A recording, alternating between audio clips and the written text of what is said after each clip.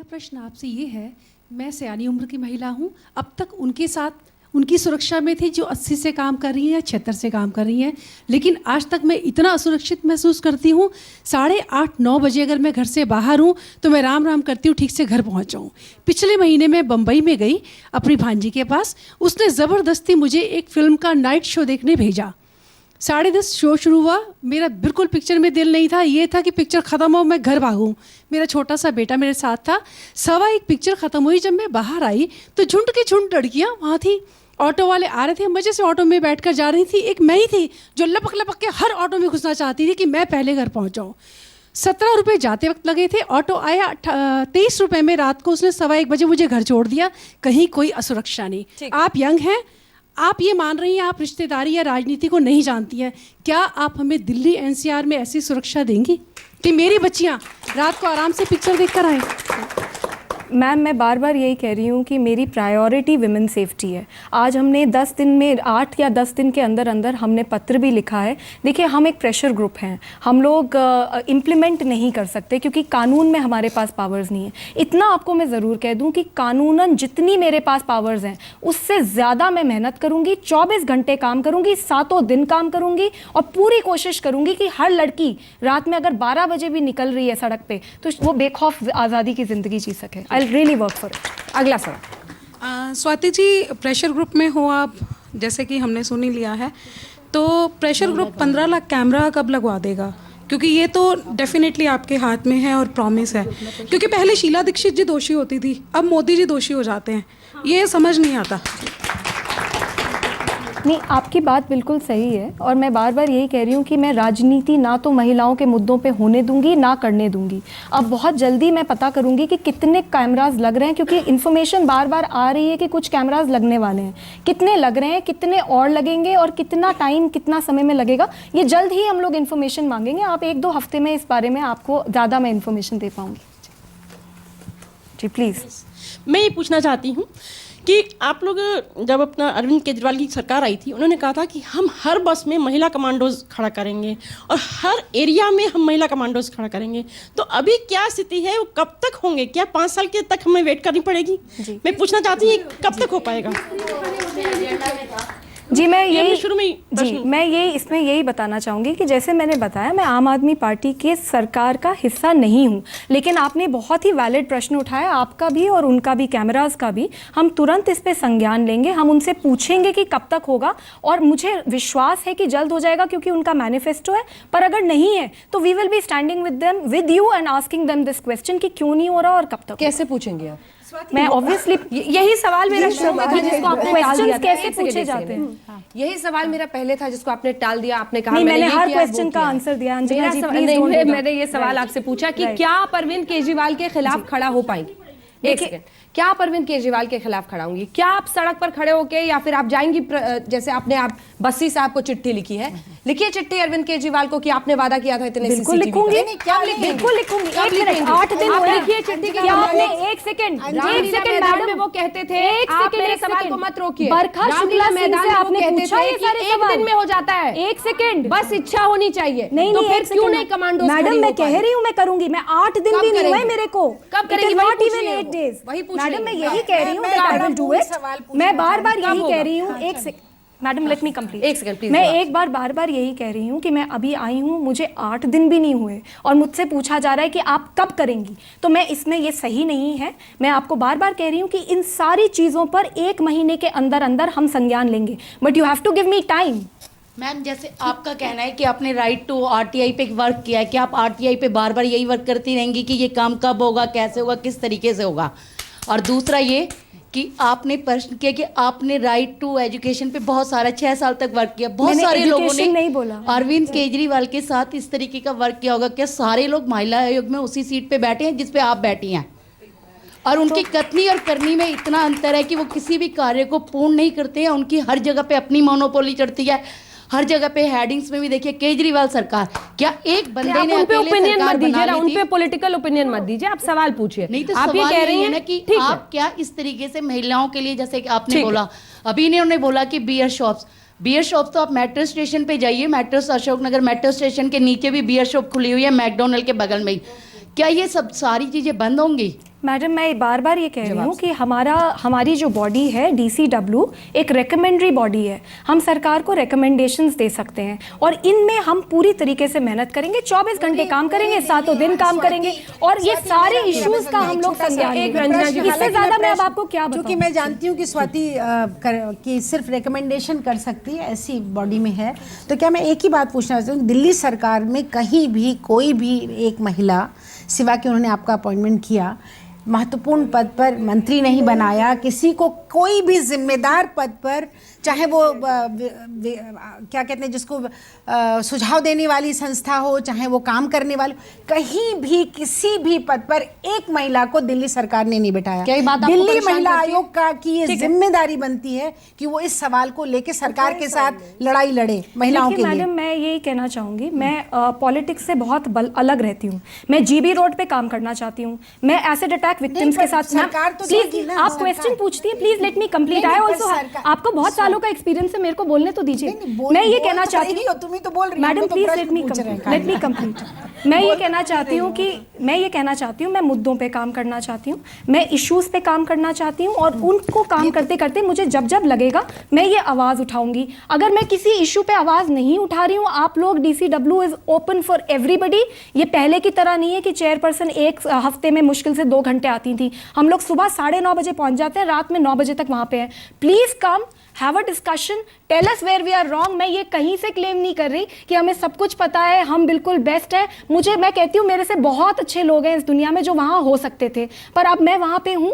मैं इस पोस्ट की पूरी गरिमा निभाते हुए, पूरी मेहनत से, पूरी शिद्दत से महिलाओं के मुद्दों पे काम करती हूँ, करूँगी। और मैं ये बार बार कह रही हूँ, मेरे अपने हस्बैंड अगर वो भी कुछ गलत करेंगे तो मैं उन्हें भी नहीं छोड़ूंगी। इससे ज़्यादा मैं कुछ नहीं करूँगी। मैं अभी सिर्फ 20 ईयर्स की हूँ। I just completed my engineering. I have been travelling through metros, through autos, everything. I have experience a lot.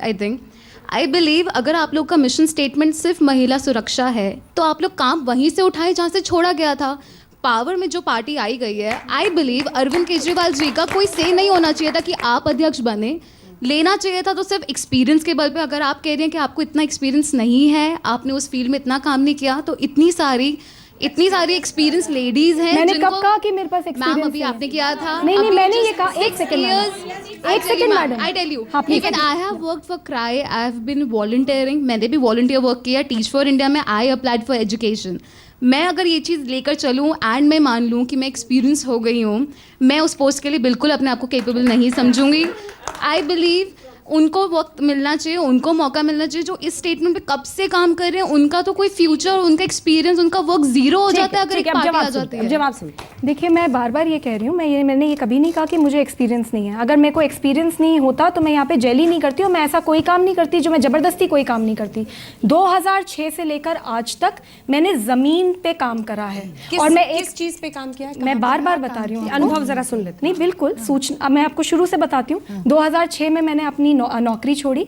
मैंने जाकर झुग्गियों में पढ़ाना शुरू करा, महिलाओं के साथ काम करना शुरू करा, FIRs रजिस्टर करी, वहाँ पे सेक्सुअल असॉल्ट के केसेस पे काम करना शुरू करा। फिर मैंने सूचना के अधिकार पे काम करना शुरू करा। सूचना के अधिकार के माध्यम से राशन की लड़ाई लड़ी। जब कोई महिला वहाँ पे GTB हॉस्पिटल में मैं काम करती थी, जब कोई महिला प्रेग्नेंट होती थी और वहाँ पे उस वार्ड में जाना पड़ता था तो उसके साथ पूरी रात बैठ के मैंने वहाँ पे काम करा है। और इस तरीके के काम के लिए मुझे कहीं से कोई पेमेंट नहीं मिली, ये मेरे वॉलंटियर करके मैंने काम करा है। बिल्कुल मतलब निःशुल्क काम करा है एक तरीके से। कार्यकर्ताओं को कोई पेमेंट नहीं दैट इज ओके, बट मैं राजनीतिक कार्यकर्ता नहीं हूँ। ये राजनीतिक कार्यकर्ता नहीं हूँ। हम सब लोग जिंदगी में काम कर रहे हैं, हमें कौन पेमेंट दे रहा है? मैडम मेरे को कंप्लीट करने दीजिए। एक क्वेश्चन पूछा गया तो कंप्लीट करने दीजिए मुझे। नहीं, समाज की सेवा। मैडम ये आप बार बार गलत कह रही हैं। मैं कोई राजनीतिक कार्यकर्ता हुई नहीं, मैं राजनीतिक कार्यकर्ता नहीं हूँ। मैं बार बार कह रही हूँ कि मैं आम आदमी पार्टी की मेंबर तक नहीं हूँ, तो ये तो सही नहीं है ना। चलिए एक सेकंड। मैं एक बुनियादी सवाल यहाँ पर खो गया स्वाति, जो मैं आपसे पूछना चाहती हूँ, जो रंजना जी दरअसल पूछ रही थी। आप अपने अनुभव के बारे में बात कर रही हैं। आप शायद उस बुनियादी सवाल को भूल रही हैं जिसमें महिलाओं की भागीदारी की बात हो रही है। महिलाओं की भागीदारी हर कदम पर कैसे बढ़ाएं।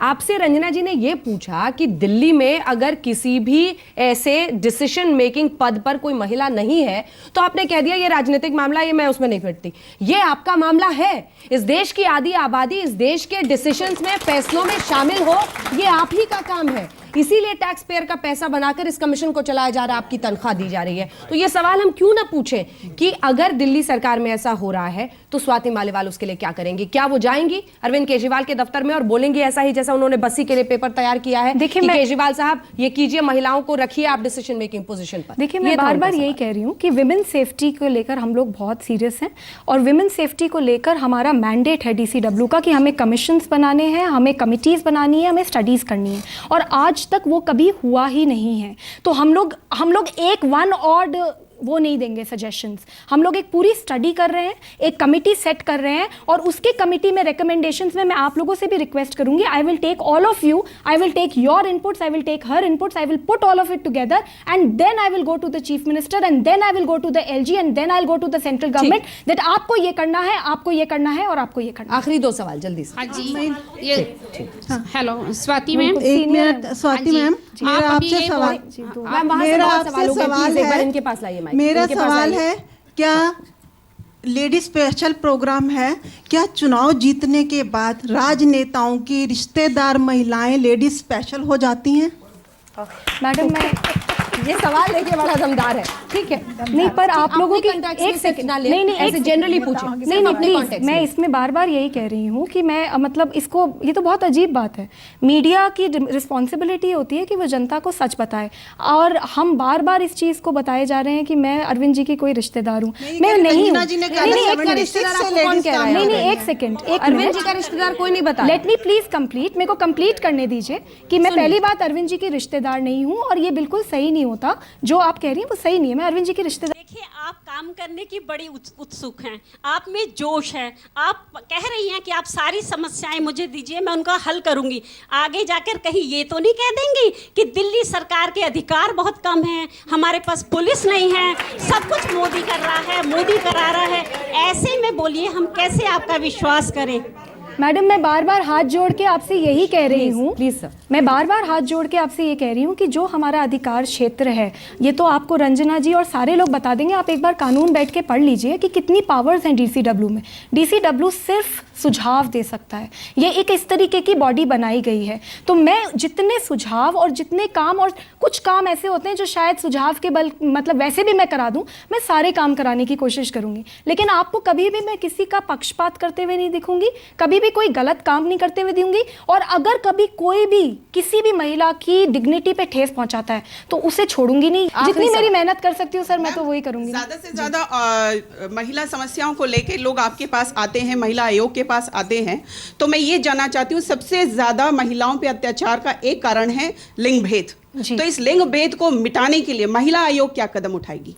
जी आपका बहुत अच्छा सवाल है और इसके ऊपर हम लोग टोटली तुरंत ही संज्ञान ले चुके हैं। मैं सारे एक्सपर्ट्स के साथ भी बैठ रही हूँ और हम लोग एक कमिटी सेटअप कर रहे हैं जिसके ऊपर हम ये फिर समझेंगे, इसको पूरे प्रॉपरली समझेंगे, एक होलिस्टिक व्यू लेंगे, उसके बाद करेंगे। अगर आपके पास कुछ अच्छे आइडियाज़ हैं तो मैं आपको वेलकम करती हूँ, आप प्लीज़ डीसीडब्ल्यू आइए, बैठ के साथ मिलकर काम करते हैं। देखिए मेरा मकसद ये है कि हम सब साथ मिलकर काम करें और दिल्ली महिला आयोग में कोई भी राजनीतिक अखाड़ा नहीं बनाना चाहती। मैं सच में चाहती हूँ कि महिला शक्ति का प्रतीक बने। आप लोगों को बिल्कुल मेरी हाथ जोड़ के रिक्वेस्ट है, आप आइए, हम लोग साथ मिलके काम करें। जो सामाजिक संगठन है महिला आयोग के साथ अभी भी चल रहा है, नहीं चल रहा है, अभी भी चल रहा है, नहीं महिला आयोग में चलता है। नहीं आप मैडम आपको गलत इन्फॉर्मेशन है, चल रहा है, मैं अभी आपको डॉक्यूमेंट्स दिखा दूं। नहीं क्योंकि हम लोग चलाते थे ना, आपका नहीं चल रहा होगा बट वैसे तो चल रहा है ना। तो हो सकता है कहीं और चला रहे हो। नहीं चल रहा है, सीआईसी चल रहे हैं, दिल्ली में सीआईसी चल रहे हैं, अच्छे नहीं चल रहे लेकिन चल रहे हैं। किसी और हिस्से पे चला रही हूँ वो जानकारी मुझे नहीं है, लेकिन दिल्ली में नहीं चल रहा। दिल्ली में जेंडर रिसोर्स सेंटर नहीं चल रहा है,